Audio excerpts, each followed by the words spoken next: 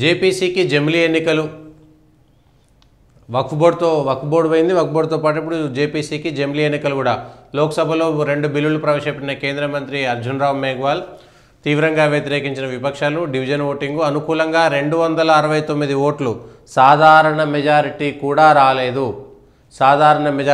రాలేదు. వ్యతిరేకంగా 198 ఓట్లు. మొదటి అడుగులోనే లభించని 2/3 ఆధిక్యము. టీడీపీ, శివసేన, సింధే వర్గం సంపూర్ణ మద్దతు. వైసీపీ కూడా ఇచ్చింది. రాజ్యాంగానికి, సమాఖ్య స్ఫూర్తికి విరుద్ధము. దేశహితం కోసమే జమిలీ గైరాజరైన. అసలు విషయం ఏంటంటే ఎంపీలంటే కొంత పాత విషయాలు, కొత్త విషయాలు చెప్తే ఒకప్పుడు 99 కంటే 1999 కంటే ముందున్నటువంటి ఎంపీల విషయంలో చాలా గ్రామాలలో చర్చ జరుగుతుండేది. ఈయనకి ఓటేస్తే గెలిచినాక మళ్ళీ కనబడడు, ఢిల్లీలో ఉంటాడు, గెలిచిన తర్వాత మళ్ళీ కనబడడు అనేటువంటిది బాగా చర్చ ఉండేది గతంలో. అయితే ఇప్పుడు అదే విషయంలో ఇప్పుడు ఎంపీలంతా కూడా పార్లమెంట్కే గైరాజవుతున్నారు. కీలకమైనటువంటి ఒక బిల్లు అవుతుంటే ఆ బిల్లులో సరే ప్రతిపక్ష ఎంపీలు రాలేదంటే వేరే విషయం. అధికార పార్టీకి సంబంధించి ఉన్నదే 240 మంది బీజేపీకి, అందులో 20 మంది భారతీయ జనతా పార్టీ ఎంపీలు పార్లమెంటుకు రాలేదు. మరి గెలిచినటువంటి ఎంపీలు పార్లమెంటుకు పోకుండా ఇంకేం పని? దీనిపైన చర్చ కూడా జరగాలి. శాసనసభ సభ్యులు అయినా సరే, ఎవరైనా సరే, పార్లమెంట్ సభ్యులైనా సరే, శాసనసభ పార్లమెంట్ జరుగుతుంటే పార్లమెంటుకు పోకుండా, శాసనసభకు పోకుండా ఇంకేవో కార్యక్రమాలు పెట్టుకునేందుకు మరి శాసనసభ ఎందుకు, పార్లమెంట్ ఎందుకు? వాళ్ళని ఎన్నుకున్నదే పార్లమెంట్లో చట్టం కదా చేస్తున్నది. గొప్ప చట్టాలు అనుకునేటువంటివి, మీకు నచ్చినవి, మీకు నచ్చనివి చట్టాలు జరుగుతున్నాయి కదా అక్కడ. చట్టాలు జరుగుతున్నప్పుడు చట్టసభల్లో సభ్యులు లోపల లేకపోతే బయట ఇంకేదో కార్యక్రమాలు పెట్టుకుంటే మరి చట్టసభలు ఎందుకు? అందులో 3 లైన్ల విప్పు కూడా ఉంది. అప్పటికి విప్పు కూడా జారీ చేశారు. ఖచ్చితంగా కీలకమైనటువంటి బిల్లు అంటే ఎంతమందిని నమ్మాలి, ఎంతమంది నమ్మకూడదు అనేటువంటి విషయం ఒకసారి బయటపడింది కదా. ఆ 240 మందిలో 20 మంది రాకుండా వెళ్తారు, ఒకరో ఇద్దరో చెప్పకుండా వెళ్తారు. పోనీ ప్రధానమంత్రో కేంద్ర మంత్రులో ఇవాళ వాళ్ళకి సంబంధం లేదనుకుంటే కొన్ని ముందే నిర్ణయించబడినటువంటి కొన్ని కార్యక్రమాలు ఉంటే తప్పనిసరి పరిస్థితుల్లో వెళ్లాల్సి ఉంటే ఒకరో ఇద్దరో కేంద్ర మంత్రులు వెళ్ళారంటే ఒక విధంగా అర్థం చేసుకోవచ్చు. మంత్రులు కూడా వెళ్ళకూడదు, ఎందుకంటే సమాధానం చెప్పాల్సింది ఉండాల్సింది కూడా మంత్రులే. పార్లమెంట్ జరుగుతున్నప్పుడు పార్లమెంట్ కంటే ఏది ముఖ్యం కాదు. అట్లాంటిది ఒకరో ఇద్దరికి మినహాయింపు ఉండవచ్చు, లేదా ప్రత్యేకంగా ఏదైనా జరిగితే చెప్పవచ్చు. కానీ 20 మంది భారతీయ జనతా పార్టీ ఎంపీలే, అది కూడా విప్పు జారీ చేసిన తర్వాత మరి క్రమశిక్షణకు మారు పేరు. మేము ఏది పార్టీ విత్ డిఫరెన్స్ అనుకున్నటువంటి భారతీయ జనతా పార్టీ కేంద్రంలో పార్టీ ప్రతిష్టాత్మకంగా, కేంద్ర ప్రభుత్వం నరేంద్ర మోడీ సర్కారు చాలా ప్రతిష్టాత్మకంగా జమిలీ ఎన్నికల కోసం ప్రత్యేకంగా బిల్లు తీసుకొస్తుంటే ఆ బిల్లులో లేదా పార్లమెంటుకు గైర్హాజరయ్యేంత పెద్ద పని ఏముంటుంది పార్లమెంటు సభ్యులకి? మారిపోయింది, ఇప్పుడున్నటువంటి సిచ్యువేషన్ మారిపోయింది. ఎంపీలైనా ఎమ్మెల్యేలైనా ఆఖరికి వార్డు మెంబర్ల కంటే ఎక్కువ ప్రజల్లో కనబడకపోతే కనబడతలేడనేటువంటి మాట వస్తుంది. అదొకటి. అయితేనేమో మొత్తం వార్డు మెంబర్ల కంటే ఎక్కువ తిరుగుతుంటారు, లేకపోతేనేమో మొత్తమే కనబడరు. విచిత్రమైనటువంటి పరిస్థితి. పార్లమెంటు సెషన్స్ జరిగేటప్పుడు ప్రజలు కూడా అర్థం చేసుకుంటారు. పార్లమెంటు సమావేశాలు జరిగినాయి, 1 రోజుల పాటు జరుగుతుంటాయి. 1 రోజుల పాటు ఎంపీ అందుబాటులో ఉండడు, ఢిల్లీలోనే ఉంటాడు. శనివారాలు, ఆదివారాలు మొత్తం కార్యక్రమాల కోసం వచ్చేటువంటి ఎంపీలు, లేదంటే శనివారాలు, ఆదివారాలు ఢిల్లీకి దగ్గర ఉండేటువంటి ఎంపీలు పోయిరంటే వేరే విషయం. ఇవాళ ఇప్పుడంటే ఏంది విమాన ప్రయాణాలు చాలా సులువైపోయినాయి కాబట్టి ఇష్టానుసారంగా వస్తుండవచ్చు. గతంలో ఎంపీలు అంటే వాళ్ళకు ఒక రైల్వే రిజర్వేషను, రైల్వేలకు ఉన్నటువంటి రిజర్వేషన్ ప్రకారం వెళ్ళి దాన్ని వచ్చేసరికి వాళ్ళకు చాలా పెద్ద తతంగం. 24 గంటల పాటు పోవాలి, 24 గంటల పాటు రావాలి. కాబట్టి వాళ్ళకు అక్కడ క్వార్టర్స్ ఉంటాయి ఎంపీలకి, వాళ్ళకు కోటీలు ఉంటాయి, వాళ్ళకి మెయింటెనెన్స్ ఉంటుంది. ఇన్ని ఉన్న తర్వాత కూడా ఎంపీలు గైర్హాజరు కావడం ఏంది? కీలకమైనటువంటి బిల్లుల సమయంలో విప్పు జారీ చేసిన తర్వాత కూడా అధికార పార్టీకి సంబంధించినటువంటి ఎంపీల గైర్హాజరు, అది కూడా 20 మంది. ఒకరో ఇద్దరు అంటే అర్థం చేసుకోవాల్సినది తప్పనిసరి పరిస్థితులు ఉండొచ్చు. కానీ 20 మంది భారతీయ జనతా పార్టీ ఎంపీలే రాలేదంటే, 20 మంది బీజేపీ ఎంపీలే రాలేదంటే ఇంకా చెప్పవలసిందే ఉంది. బీజేపీ వాళ్ళకు నోటీస్ జారీ చేసింది, మీరు 20 మంది ఎందుకు రాలేదని. ఏంటి మీరు క్రమశిక్షణ ఏంటి? ప్రజలకేం చెప్పదలుచుకుంటారు? ఎంపీలుగా గెలిచినటువంటి వాళ్ళే పార్లమెంటు గైర్హాజరై మీరే నోటీసులు అందుకునేటువంటి పరిస్థితిలో మీరుంటే మీరు మాకేం చెప్తారు అనేటువంటి మాట ప్రజలు అర్థం చేసుకోరా?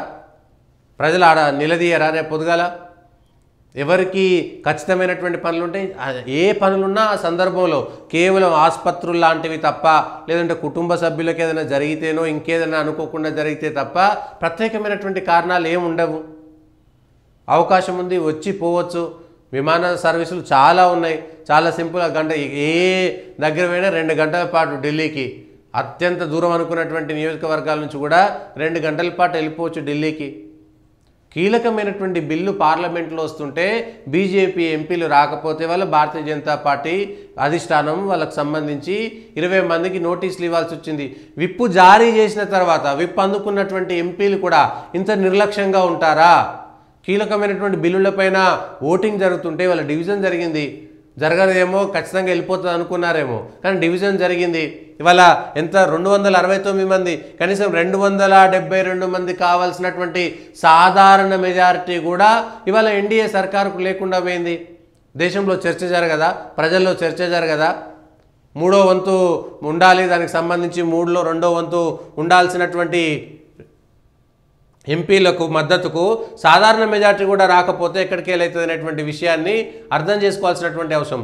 269 మంది అనుకూలంగా 198 మంది వ్యతిరేకంగా ఓటేశారు. ఇది అర్థం చేసుకోవాల్సినటువంటి విషయం. ఒక్కసారి మెజారిటీ తక్కువ ఉంటే ఇతర పార్టీల మీద ఆధారపడితే ఏం చేయాల్సి వస్తుంది అనేటువంటి అంశం పైన రేపు పొద్దున అది అమలు చేయడానికి ఇవాళ జేపీసీకి వెళ్ళింది. 90 రోజుల పాటు సమయం దొరుకుతుంది.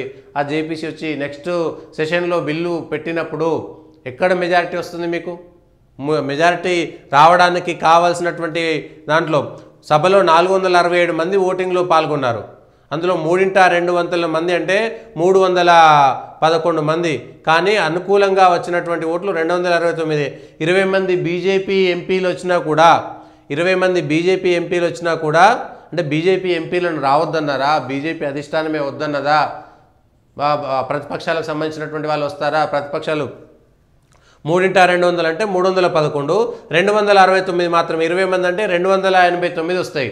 ఇంకా 12 మంది సభ్యుల మద్దతు కావాల్సి ఉంటుంది. టీఆర్ఎస్ లేదు, వైసీపీ మద్దతు ఇస్తుంది, వైఎస్ఆర్సీపీకి సంబంధించిన ఎంపీలు కూడా మద్దతు ఇస్తున్నారు, టీడీపీ మద్దతు ఇచ్చింది, శివసేన షిందే వర్గం కూడా ఇచ్చింది.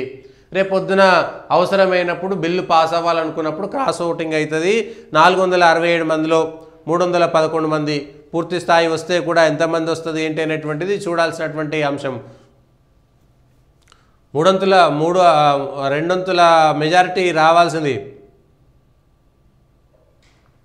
ఇప్పుడు ఏమైంది? నరేంద్ర మోడీ సర్కారు సత్తా ఏంటిది? ఇప్పుడే కనీసం డివిజన్ చేస్తే 300 మంది కూడా రాలేదు. 311 మందికి 300 అయినా రావాల్సింది. అబ్కీ బార్ 400 పార్ అంటే 240 వచ్చినాయి.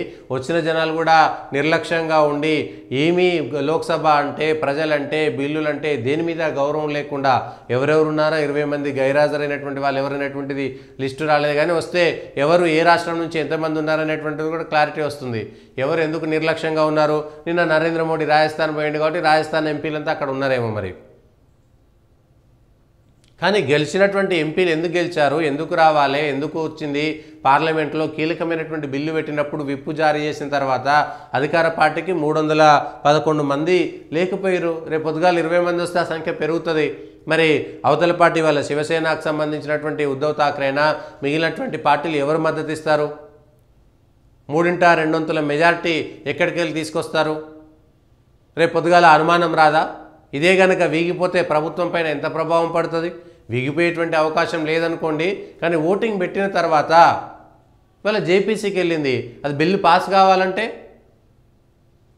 ఇంకేదో మిరాకిల్ చేస్తారా, లేకపోతే అద్భుతాలు చేస్తారా పక్కన పెడితే ఇంకా 20 మంది 25 బీజేపీకి ఉన్నటువంటి సభ్యులు కాకుండా ఇంకా 20-25 మంది సభ్యుల మద్దతు ఎక్కడికి వెళ్ళి కూడా కడతారు?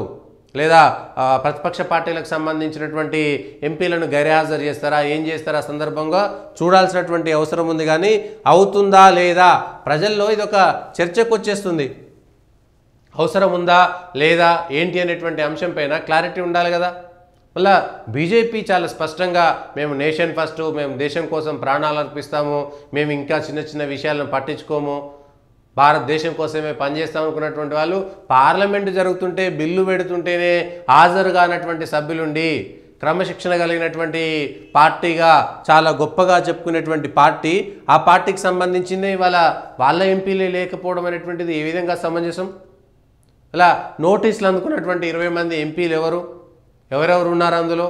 ఆ నోటీసులు అందుకున్నటువంటి వాళ్ళ పరిస్థితి చూడాలి. మరి భారతీయ జనతా పార్టీ ఎట్లా దాన్ని చేస్తుంది? 15 పార్టీలు వ్యతిరేకం, 32 అనుకూలం. దేశంలో